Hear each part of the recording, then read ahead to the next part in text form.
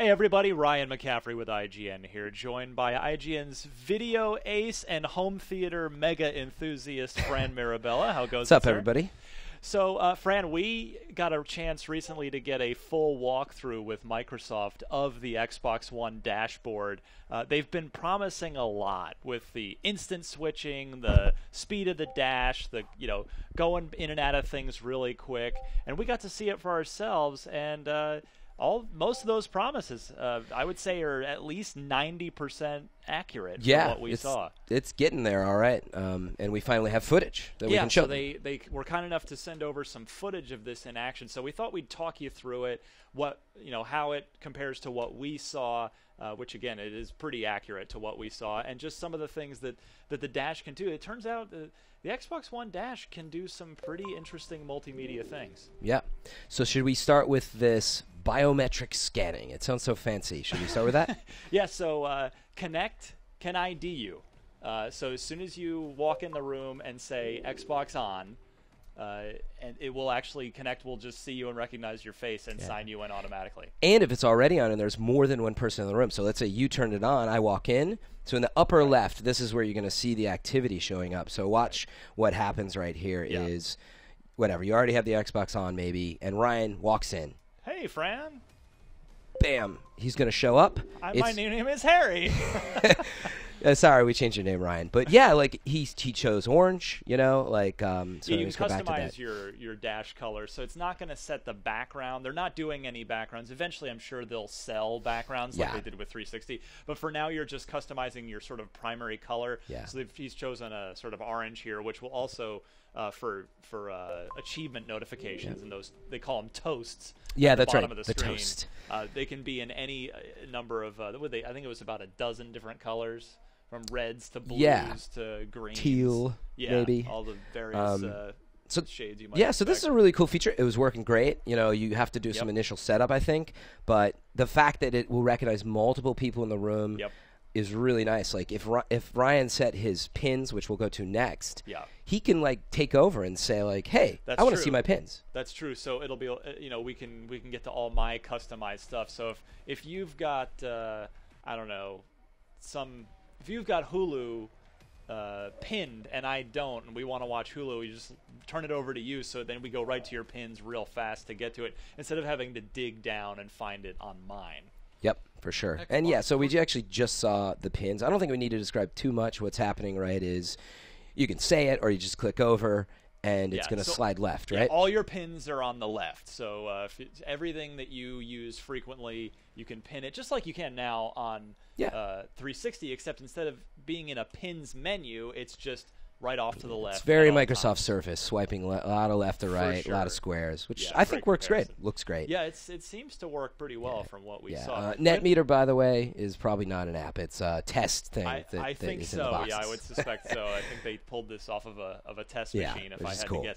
It's up for, they didn't actually let us try this, but Mark Whitten himself and Yusuf Mehdi, the two heads of the three-headed Xbox executive monster, gave us a demo personally running off a live unit, so we can definitely speak to what's going on here for sure. But why don't we jump into instant switching? This might be the coolest of the game-centric features. Let's actually it works with apps too. It's not just games. For sure. Let's just listen to that part real fast. Actually, by the way, Fran, if you back up real quick, I just want to point something out in case people don't know. Back to pins? When you say Xbox, to where the green text is on the screen, right here. So when you say Xbox and then the Kinect is listening, the green text are things that you can say. So when things turn green, that means you can say them to go right to them. So you say Xbox and then text pops green. You would then say Resume Killer Instinct or Friends or Snap or Killer Instinct. Anything you see in green can be red, or sign in, or anything in green there. It's a great note. You'll see it later. It's actually at first, if he didn't explain it, you wouldn't know what's going on. But there it is. You actually see it go down there. So what happens is you say Xbox, and it'll pop up with some of those commands. So that's great context. But right here, let's just watch instant switching for 1 sec. Go to Netflix. So we said Xbox. Go to Netflix. Go to Hulu Plus. This is real time. Xbox. Go to Internet Explorer. Xbox. Watch TV. We can tell you from the demo we got, it is this fast. They are not a lot of, we put up on IGN a couple weeks ago or so, Fran, a dashboard video. It was like a minute and a half, clearly just edited together because there was some old Titanfall footage in there and stuff. And people were like, "It's not going to be that fast. This is fake." Like, no, I mean, the video, yes, was edited together, but it does actually work that well. For sure. This was one of the things I'm most excited about because once I have my cable hooked up, I'm going to have my Game of Thrones, not Sleepy Hollow. That's what this is, I think. But it's going to be so cool to switch between this stuff. And, again, we got to get the box in, got to, really put it through the ringer. But this is supposed to be real time. Like, they sent this over. I mean, the biggest problem that happened in our demo, the biggest downside to what we saw, was we were set up in a Microsoft space where it was a living room type space, big TV, big couch that we were on, sort of theoretically an optimal Xbox environment, and there were a number of times where they had to repeat their Kinect voice commands. That was the main thing that we saw that was, not working with 100% accuracy. And what's unfortunate about that is if that ends up being how it is in your house, I mean, and you would think that Microsoft would want to show off something that works to its fullest extent. The people that, this whole TV thing that we're seeing now, people that want to watch TV and need to be convinced to hook up the Xbox to watch TV through, if it doesn't work the first time, people are going to give up on it really quick and not be happy. For sure, yeah. I mean, obviously what Microsoft wants is when you try it and you have no controller, you're like, Xbox on, Xbox, go to guide. What's on Fox? And if all that works like that pretty quickly. On the first try. Yeah. You're going to tell all your friends, this is so cool. Yeah. Not working. and yeah, like it's a little early to say, but my hunch says, look, this is really ambitious. It's a little early. I wonder if it's going to take, some while to tune it up, but we'll have to see. But this is really cool. So you're seeing the actual, what it's doing is they've partnered with certain folks, that like people like Comcast, DirecTV, etc. Like I don't know if they've confirmed who. I'm just throwing out some examples, but you're getting the guide translated. And this really cool section is you can hear them going through. They say what's on. Yeah. Again, anything in green can be read. Yeah. So if you just want it to be like, you can see in the top right corner, the Xbox is listening when that green icon is up there with the microphone. You can just say General Hospital and it'll watch General Hospital. Yeah, anything that's green, exactly. You're supposed to be able to say. So it's really cool. And again, if it works, it's great. So one good feature. So there's a couple things, right? When you think about this, I kind of go way back with TV. So I used to have the cable printed out on the back of the remote controller. Did you ever try that? Oh, yeah. Oh, you put it on the table. Okay, well, with guides, that's kind of gone away, but it's still kind of Fred, we subscribed to TV Guide in our house back when it was a little tiny, little thing. I don't think most people listening know what that is We're anymore. old. I know.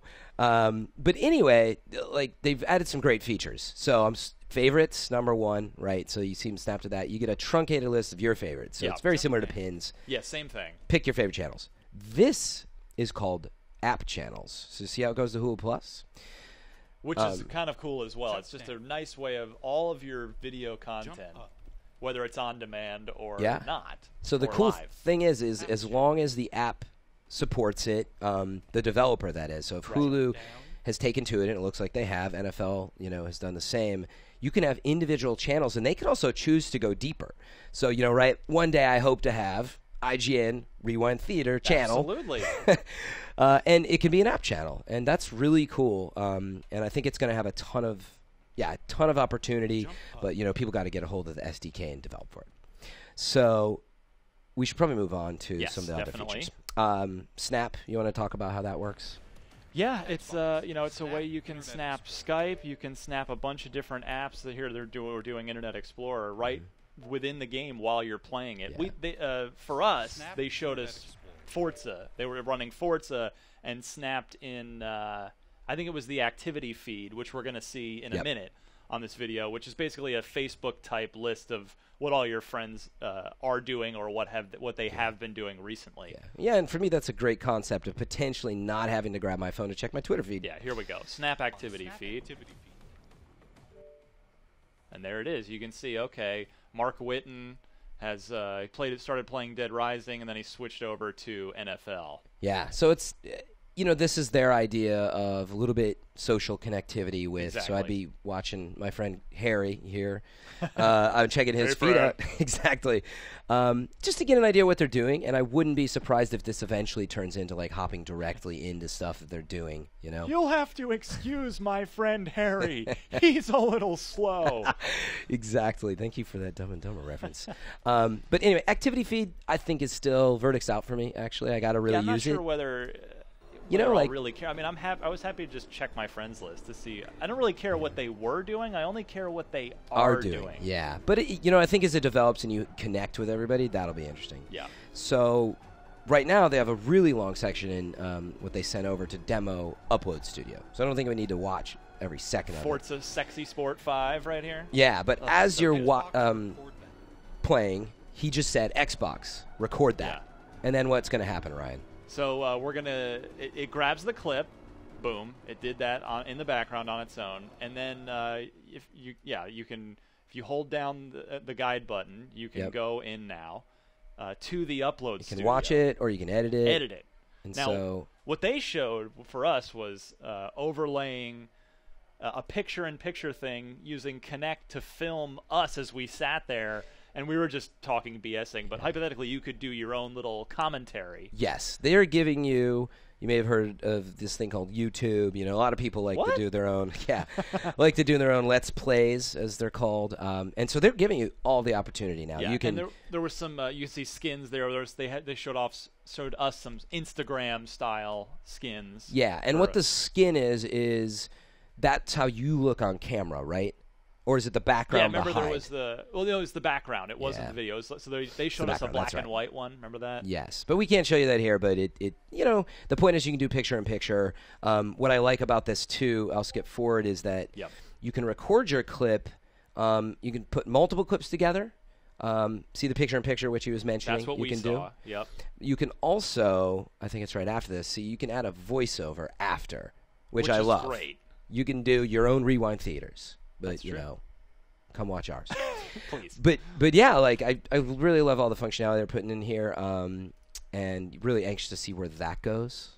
Name it, tag it, and then it uploads, and this all happens in the background if you want. You don't have to sit there and wait for it to render. Yeah, so you're like, okay, I'm done with my clip. Okay, boring. You can watch it render, 16. and it's a nice, sexy screen, but you can't do much more than just hope that if you could just guide button out of this and go back to your game. Yeah, and what it does is a two-stage thing. See, it renders it, and then it's showing you like megabits on the left. It's really like how fast it's uploading to the internet. So yeah, really cool feature. I love the idea of recording quick clips. I'm really anxious to see like how many millions of clips suddenly show up on launch day. Yeah. And curious to see how that goes. And they did tell us you can't watch these on the web. They're only viewable within the Xbox Live. Is that confirmed? Yeah, we did confirm them with them. So I think in the future maybe. Oh, I'm sure they'll roll it. Just like they grew, the functionality of Xbox.com went from nothing to, being able to redeem codes and send friend requests and text messages and all that stuff over time. So I'm sure they're going to roll this out for public Xbox.com consumption. For sure. So some of the last features they showed in this footage they've provided are the resumes. So you can do two of them. One obviously is with they're just showing you like, hey, you can just use your controller, but quickly move it. The point is to pick back up exactly where you were. Yeah, it's instant resume, call it that. But they want to demonstrate. So you'll see with the controller, of course, everybody knows you can use the controller to select things. But I'm in Xbox Music. I've got it playing. And you know what? I was just playing Forza. And I'm like, now I'm going back to that. So you can take the controller. And there you are. You're right back where you the left actions, off. Right, you would have taken, Ryan. You would have been in it, hit the guide, and just scroll down and hit the A button. There right? it is. Boom. And it's instant, right? And you're right back to where you paused. Mm-hmm. Fantastic. The other way that you can do it is, of course, with your voice. Tell it to with Kinect. And so they're browsing in Internet Explorer. You're on IGN.com, of course. And bam, it works as fast as instant switching. Now, as you said before, if that works every time, why would I ever use the controller, right? That's what they want. Yeah. I hope it does work every time. I want to see it work with like 99% accuracy. Yeah, like again, for me, like it's one of the most exciting parts about the console is the instant switch stuff, like being in Netflix, jumping over there, and I'm like, I want to check my Twitter. I'll just snap from the game. It's worth clarifying.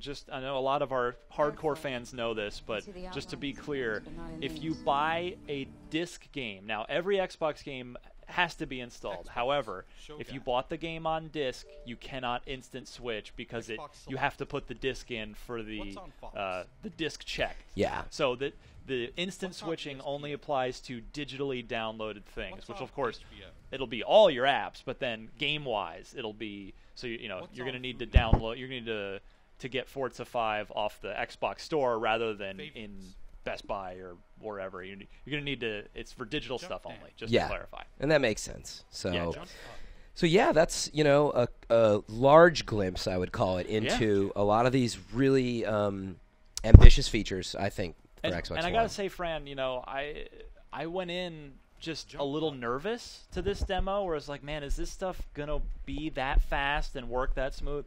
And I would say again, it really does. The only thing that was a disappointment was the Kinect voice in their own Microsoft optimal setup, at least when we saw it 2 weeks ago, wasn't working with 100% accuracy. They had to repeat themselves several times. So that was disappointing, but the dash itself, slick, smooth, I liked it a lot. Yeah, I think it's designed well, and to your point, when we saw it a while ago, it kind of, it was still a little buggy, and they told us, like, look, we're finishing it up. Yeah. But this is real footage that they sent us. Seemingly, if you look at the guide, it was like November 5th. Right. So I think we're seeing the improvements. This is looking good.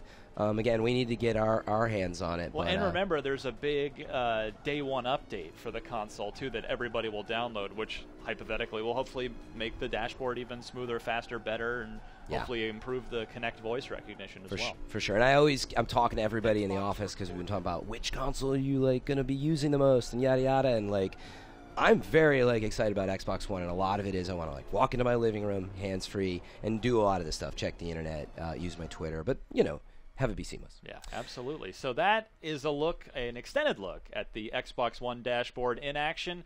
We'll obviously have a ton more on Xbox One over the next couple weeks. We're down to not much time weeks left to go. Yep, and we have so much coverage. So make sure to come back to IGN, and just so you can all be ready for it when you have your Xbox One, say it with me now: Xbox, Internet Explorer, IGN, and you get ready for that. Well played, Fran. Thanks, everybody.